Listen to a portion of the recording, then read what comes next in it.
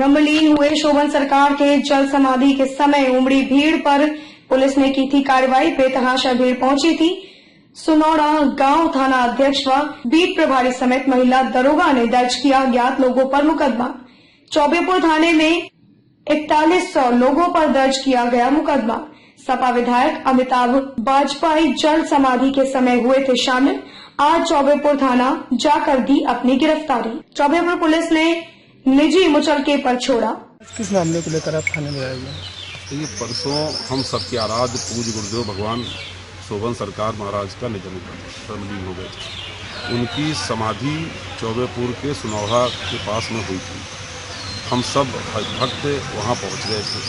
हालांकि हमने अपनी तरफ से प्रयास किया था सोशल डिस्टेंसिंग का हम पालन करें, हम करते भी हैं, लेकिन मैंने अखबारों में पढ़ा कि 4100 अज्ञात लोगों के खिलाफ मुकदमा किया गया है। मुझे विश्वास नहीं हुआ कि एक संत की सरकार में संत की अंतिम यात्रा में शामिल होने वाले भक्तों पर मुकदमा किया गया। और ऐसे में जब पुलिस पहले ही परेशान है व्यवस्थाओं को बनाए रखने में, अब पुलिस 4100 लोगों को ढूंढती घूमे कौन कौन भक्त आए थे, फिर अत्याचार उत्पीड़न शुरू हो, तो ये अच्छा नहीं है। जब हम जनप्रतिनिधि जो सबको सब लोग जानते हैं तो अज्ञात कैसे हो सकता है। तो मैंने अपनी सामाजिक जिम्मेदारी के तहत आज यहाँ आकर के थाने में सूचना दी है कि मैं उस 4100 लोगों में शामिल था। मैंने भी जाने अनजाने कहीं ना कहीं उल्लंघन हुआ होगा मुझसे। जब आपने अज्ञात दिखा, मैंने प्रयास किया कि ना हो, मैंने नहीं किया, लेकिन अगर हुआ हो तो मैं अपने आप को प्रस्तुत कर रहा हूं और हमारा चालान उसमें करा जाए। पुलिस ने हमारा मुचलका बढ़ाया है। आज के इस घटना के माध्यम से हम ये जनता में संदेश देना चाहते हैं कि सभी लोगों को लॉकडाउन का पालन सख्ती से करना चाहिए।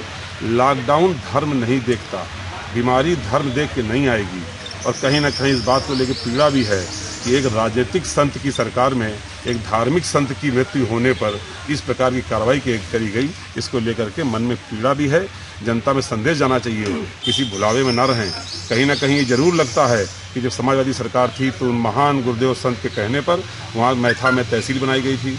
उनके कहने पर जो अपलिफ्टिंग सिस्टम सिंचाई का था उसमें मदद करी गई थी, सड़कें बनाई गई थी, गंगा जी पे पुल बनाया गया सपा सरकार में उनके कहने पे। तो मुझे लगता है कहीं ना कहीं कोई दुर्भावना भी है, क्योंकि माननीय मुख्यमंत्री जी का कोई ट्वीट श्रद्धांजलि के संबंध में नहीं आया, किसी बड़े भाजपा नेता का ट्वीट नहीं आया, क्योंकि अखिलेश जी का ट्वीट आया था श्रद्धांजलि के संबंध में। इसलिए मुझे लगता है कहीं ना कहीं सरकार की दुर्भावना भी इस मामले में।